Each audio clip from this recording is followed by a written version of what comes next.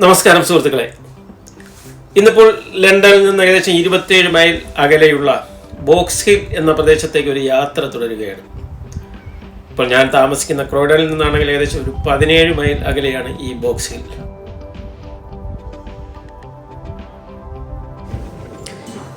എന്നാൽ നമുക്കിനി ബോക്സ് ഹില്ലിലെയും പോകുന്ന വഴിയിലെയും കാഴ്ചകൾ ഓരോന്നായി കണ്ടുവരാം.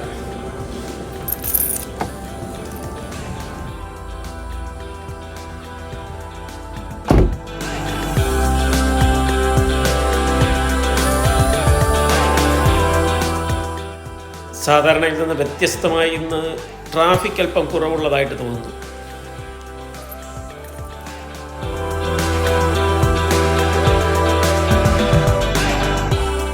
ക്രോയ്ഡനിൽ നിന്ന് ഈ ബോക്സ് ഹിൽ പ്രദേശത്തോട്ട് യാത്ര തുടരുമ്പോൾ മിക്കവാറും വോളിംഗ്ടൺ വഴിയായിരിക്കും നമ്മൾ യാത്ര തുടരുന്നത്.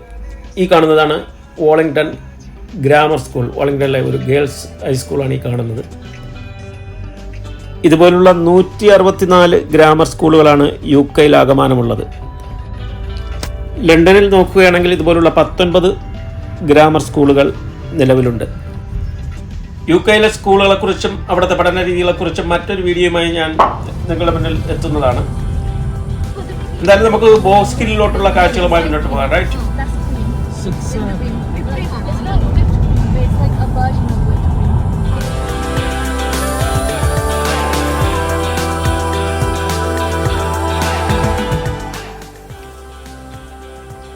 ഈ പ്രദേശത്തുള്ള വീടുകൾ മിക്കവാറും സെമി ഡിറ്റാച്ച്ഡ് അല്ലെങ്കിൽ ഡിറ്റാച്ച്ഡ് ഹൗസുകൾ ആയിരിക്കും. ഈ ബോക്സ് ഹില്ലിലെ കാഴ്ചകൾ പോലെ തന്നെ മനോഹരമാണ് അങ്ങോട്ടുള്ള യാത്രയിലെ കാഴ്ചകളും. പറയുവാൻ കാരണം ഈ റോഡിന് ഇരുവശവും ഇടതൂർന്ന് നിൽക്കുന്ന വൻമരങ്ങളും കെട്ടിടങ്ങളും എല്ലാം തന്നെ കണ്ണിന് കുളിർമയേകുന്ന മനോഹരമായ ഒരു കാഴ്ചയാണ്.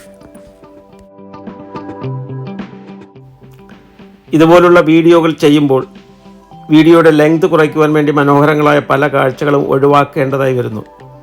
എന്നാൽ നിങ്ങൾ ഈ സ്ഥലം സന്ദർശിക്കുമ്പോൾ അവയുടെ മനോഹാരിത പൂർണ്ണമായും ഉൾക്കൊള്ളാനാകും.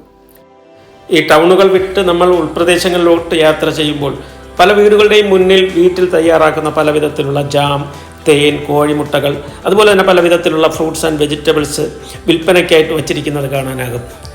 അവയിൽ നിന്ന് നമുക്ക് ആവശ്യമുള്ളവ തിരഞ്ഞെടുത്തതിന് ശേഷം അവിടെ എഴുതി വച്ചിരിക്കുന്ന വില നോക്കി ബോക്സിൽ നിക്ഷേപിച്ചതിന് ശേഷം നമുക്ക് മടങ്ങിപ്പോകാനാകും. ഇതിൻ്റെ ഒരു പ്രത്യേകത എന്ന് പറയുന്നത് മാർക്കറ്റിൽ കിട്ടുന്നതിനേക്കാൾ കുറച്ചുകൂടി മെച്ചപ്പെട്ട ഓർഗാനിക് ഐറ്റംസ് കിട്ടാനാണ് സാധ്യത. നമ്മളിപ്പോൾ ബോക്സ് ഹില്ലിന് സമീപത്തേക്ക് എത്തിയിട്ടുണ്ട്. ബോക്സ് ഹില്ലിന് സമീപമുള്ള ഒരു ബസ് സ്റ്റോപ്പാണ് ഈ കാണുന്നത്.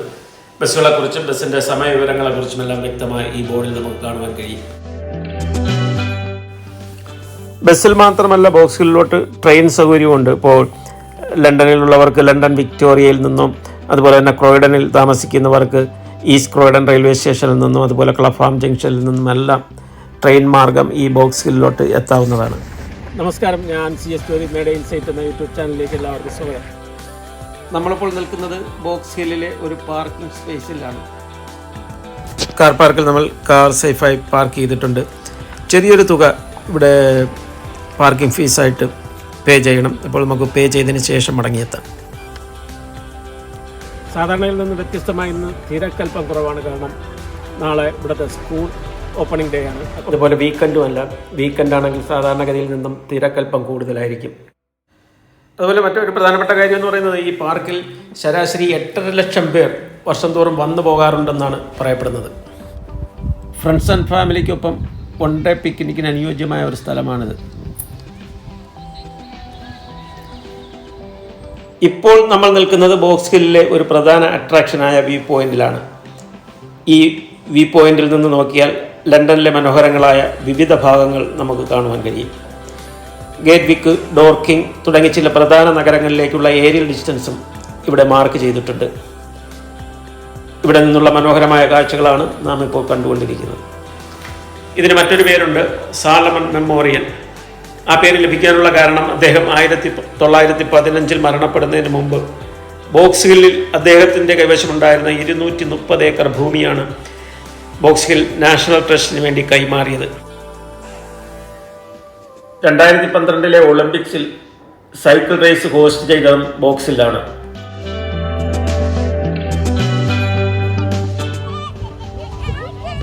വ്യൂ പോയിന്റിൽ നിന്നുള്ള മനോഹരമായ കാഴ്ചയാണ് നമ്മളിപ്പോൾ കാണുന്നത്.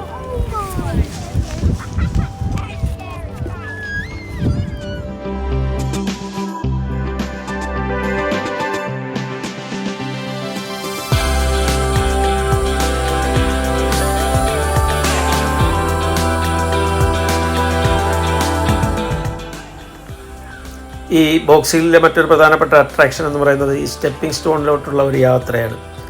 അതായത് ഈ കുന്നിൻ്റെ മുകളിൽ നിന്ന് താഴോട്ടുള്ള ഒരു യാത്ര. ഇരുവശവും നമ്മൾ നോക്കിയാൽ പതിറ്റാണ്ടുകൾ പഴക്കമുള്ള വൻവൃക്ഷങ്ങൾ മാത്രം. ഇതുപോലുള്ള യാത്രകൾ ചെയ്യുമ്പോൾ കയ്യിൽ കുടിക്കാനുള്ള വെള്ളം ആവശ്യത്തിന് എപ്പോഴും കരുതിയിരിക്കുക. കാരണം പലപ്പോഴും നമ്മൾ ഈ കരുതുന്നതിനേക്കാൾ സമയം വേണ്ടി വരും ഇതുപോലുള്ള യാത്രകൾ പൂർത്തിയാക്കുന്നതിന് വേണ്ടി.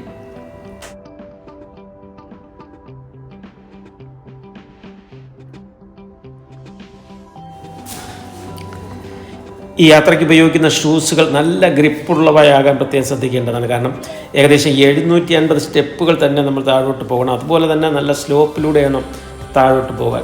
അതുകൊണ്ട് തന്നെ ഈ ഹൈക്കിങ്ങിന് ഉപയോഗിക്കുന്ന തരത്തിലുള്ള ഷൂസുകളാണ് ഉപയോഗിക്കുന്നതെങ്കിൽ വളരെ നല്ലതായിരിക്കും.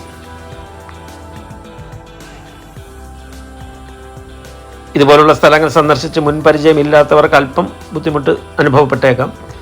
എങ്കിൽ പോലും ഇടയ്ക്കിടയ്ക്ക് വിശ്രമിക്കുവാനുള്ള ബെഞ്ചുകൾ നമ്മുടെ ഈ യാത്രയിൽ ഇരുവശവും നമുക്ക് പല ഭാഗത്തും കാണുവാൻ കഴിയും.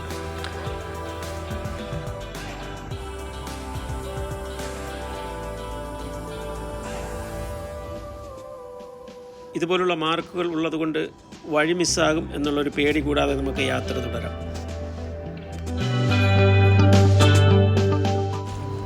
അതുപോലെ നമ്മൾ ശ്രദ്ധിക്കേണ്ട മറ്റൊരു കാര്യം എന്ന് പറയുന്നത് യാത്ര പുറപ്പെടുന്നതിന് മുമ്പ് വെതർ ചെക്ക് ചെയ്തതിന് ശേഷം മഴയില്ലാത്ത ദിവസം നോക്കി പ്ലാൻ ചെയ്യുക. ഇനി ഒരല്പം വിശ്രമിച്ചതിന് ശേഷം ബാക്കി യാത്ര. കുറേയധികം നടന്നതിന് ശേഷം നമ്മളിപ്പോൾ ഈ സ്റ്റെപ്പിംഗ് സ്റ്റോണിൽ എത്തിയിട്ടുണ്ട്. ഇവിടെ ഇപ്പോൾ ഈ സ്റ്റെപ്പിംഗ് സ്റ്റോണിലോട്ടും അതുപോലെ തന്നെ ഫുട് ബ്രിഡ്ജിലോട്ടുമുള്ള ഡയറക്ഷൻ മാർക്ക് ചെയ്തിട്ടുണ്ട്. നമുക്കൊരു കാര്യം ചെയ്യാം, ആദ്യം സ്റ്റെപ്പിംഗ് സ്റ്റോണിലോട്ട് പോയതിന് ശേഷം മടങ്ങിയെത്താം. ഈ കാണുന്ന സ്റ്റെപ്പിംഗ് സ്റ്റോണിലോട്ടുള്ള മറ്റൊരു മാർക്കിംഗ് ആണ്. നമ്മളിപ്പോൾ സ്റ്റെപ്പിംഗ് സ്റ്റോണിൽ എത്തിയിട്ടുണ്ട്. ഇനി നമുക്ക് ഈ സ്റ്റെപ്പിംഗ് സ്റ്റോണിലൂടെ നദി ഒന്ന് ക്രോസ് ചെയ്യാം. ഈ ബ്രോൺസ് ഏജ് കാലം മുതൽ തന്നെ ബോക്സ് ഹില്ലിൽ മനുഷ്യവാസം ഉള്ളതായിട്ടാണ് ചരിത്രരേഖകളിൽ പറയുന്നത്. ഇപ്പോൾ നമ്മൾ ഈ കാണുന്ന സ്റ്റെപ്പിംഗ് സ്റ്റോൺ എന്ന് പറയുന്നത് പ്രീ ഹിസ്റ്റോറിക് കാലം മുതൽ ഉപയോഗിച്ചിരുന്നതിൻ്റെ തെളിവുകൾ ഉണ്ട്. എന്നാൽ ഈ സെക്കൻഡ് വേൾഡ് വാർ ടൈമിൽ ചില സെക്യൂരിറ്റി മെഷേഴ്സ് കാരണത്താൽ അവ നശിപ്പിക്കുകയും വീണ്ടും 1946 ഈ കാണുന്ന രീതിയിലുള്ള സ്റ്റെപ്പിംഗ് സ്റ്റോൺ അന്നത്തെ പ്രൈം മിനിസ്റ്റർ ആയിരുന്ന ക്ലമന്റ് ആറ്റ്ലിക്ക് വേണ്ടി ഡെഡിക്കേറ്റ് ചെയ്തുകൊണ്ട് വീണ്ടും പുനർനിർമ്മിച്ചതായിട്ടാണ് ചരിത്രരേഖകളിൽ കാണുന്നത്. സമ്മർ ടൈം ആയതിനാൽ വെള്ളത്തിന് തണുപ്പൽപ്പം കുറവാണ്. അതുകൊണ്ട് തന്നെ കുട്ടികൾ ഈ നല്ല തെളിഞ്ഞ വെള്ളത്തിൽ ഈ നദിയുടെ പല ഭാഗത്തും നീന്തി കളിക്കുന്നുണ്ട്.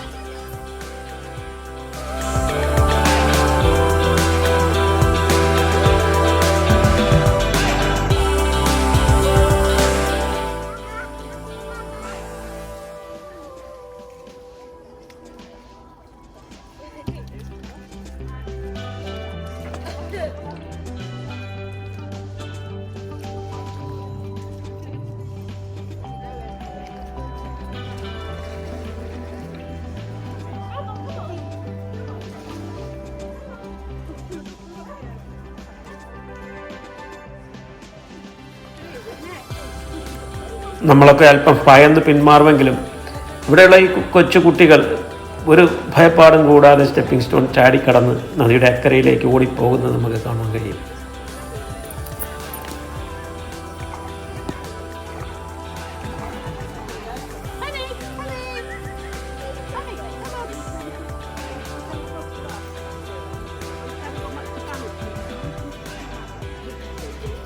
Honey, do you want to go with Mummy? You go. Go on.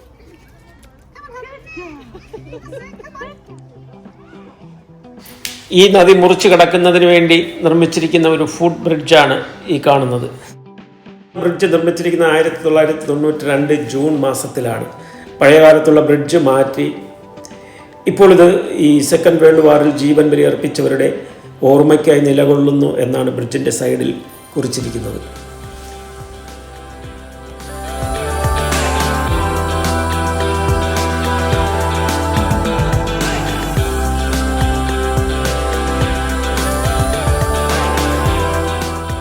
നമ്മളിപ്പോൾ നിൽക്കുന്നത് ബോക്സ് ഹില്ലിലുള്ള പീറ്റർ ലാവലിയറുടെ സ്മാരകത്തിന് മുന്നിലാണ്. 14-ാമത്തെ വയസ്സിൽ ബ്രിട്ടീഷ് ആർമിയിൽ ജോയിൻ ചെയ്ത അദ്ദേഹം 1760 ബ്രിട്ടീഷ് ആർമിയുടെ മേജറാവുകയും എന്നാൽ വൈകാതെ തന്നെ മിലിറ്ററി സർവീസ് ഉപേക്ഷിച്ചു അദ്ദേഹം ഒരു പൊളിറ്റിക്കൽ അജിറ്റേറ്ററായി മാറുകയാണ് ഉണ്ടായത്. തൻ്റെ അവസാന കാലഘട്ടത്തിൽ മാനസിക നില നഷ്ടപ്പെട്ട് ബോക്സ്ഹില്ലിന് സമീപമുള്ള the hole in the wall എന്ന പേരിൽ അറിയപ്പെട്ടിരുന്ന ഒരു ചെറിയ കോട്ടേജിൽ താമസിക്കുകയും ഒടുവിൽ അദ്ദേഹത്തിൻ്റെ തന്നെ ആഗ്രഹപ്രകാരം മരണശേഷം അദ്ദേഹത്തിന് തലകീഴായി മറവു ചെയ്യുകയുമാണ് ഉണ്ടായത്. പീറ്റർ ലാബലറുടെ കാഴ്ചപ്പാടിൽ ലോകം തലകീഴായി മാറിക്കൊണ്ടിരിക്കുകയാണ്. The world was topsy turvy. ഇവിടെ അദ്ദേഹത്തിൻ്റെ സ്മാരകത്തിൽ കുറിച്ചിരിക്കുന്നത് British major Peter Labilliere 75 year an eccentric resident of Dorking was buried here head downwards on July 1800. ഇനി നമുക്ക് തൊട്ടടുത്തൊരു മൊബിലൈസേഷൻ ഫോർട്ട് ഉണ്ട്, അതിൻ്റെ വിശേഷങ്ങൾ പോയി കാണാം. 1890 കാലഘട്ടത്തിൽ മറ്റ് യൂറോപ്യൻ കോണ്ടിനെന്റിന്റെ ആക്രമണങ്ങളിൽ നിന്ന് രക്ഷ നേടുന്നതിനായി ലണ്ടൻ ഡിഫൻസിന്റെ കീഴിൽ വെടിയുണ്ടകളും മറ്റ് ആയുധങ്ങളും കേടുകൂടാതെ സൂക്ഷിക്കുന്നതിനായി ഇതുപോലുള്ള 13 മൊബിലൈസേഷൻ ഫോർട്ടുകൾ വിവിധ ഭാഗങ്ങളിൽ സ്ഥാപിക്കുകയുണ്ടായി. ഈ ഫോർട്ടിന് പുറത്തു നിന്ന് കാണും പോലെയല്ല അകത്തളങ്ങളിലെ സുരക്ഷാ സംവിധാനങ്ങൾ. ആയുധങ്ങളും വെടിമരുന്നുകളും ഒരു കാരണവശാലും കേടുപാട് കൂടാതിരിക്കുവാനും അതുപോലെ തന്നെ മറ്റാർക്കും അതിക്രമിച്ച് കടക്കാതിരിക്കുവാനും വേണ്ടുന്ന തരത്തിലുള്ള കൺസ്ട്രക്ഷൻ മെത്തേഡാണ് ഇവിടെ കാണുവാൻ കഴിയുന്നത്. മറ്റൊരു കാര്യം, സാധാരണ ഡോർസ് ആൻഡ് വിൻഡോസിൽ നിന്നും വ്യത്യസ്തമായിട്ട് നല്ല കട്ടിയുള്ള ഇരുമ്പ് തകിട് കൊണ്ടാണ് ഇവയുടെ ഫ്രെയിമും പാനലും നിർമ്മിച്ചിരിക്കുന്നത്.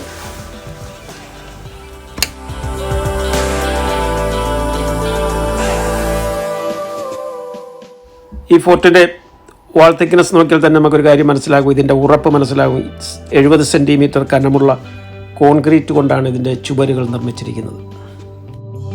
ബോക്സ്ഹില്ലിലെ കാഴ്ചകളും വിശേഷങ്ങളും എല്ലാം നിങ്ങൾക്ക് ഇഷ്ടപ്പെട്ട് കാണുമെന്ന് വിശ്വസിക്കുന്നു. വീണ്ടും ഇതുപോലുള്ള വ്യത്യസ്തങ്ങളായ വീഡിയോകളും കാഴ്ചകളുമായി കാണും വരെ എല്ലാവർക്കും നന്ദി, നമസ്കാരം. Take care and by.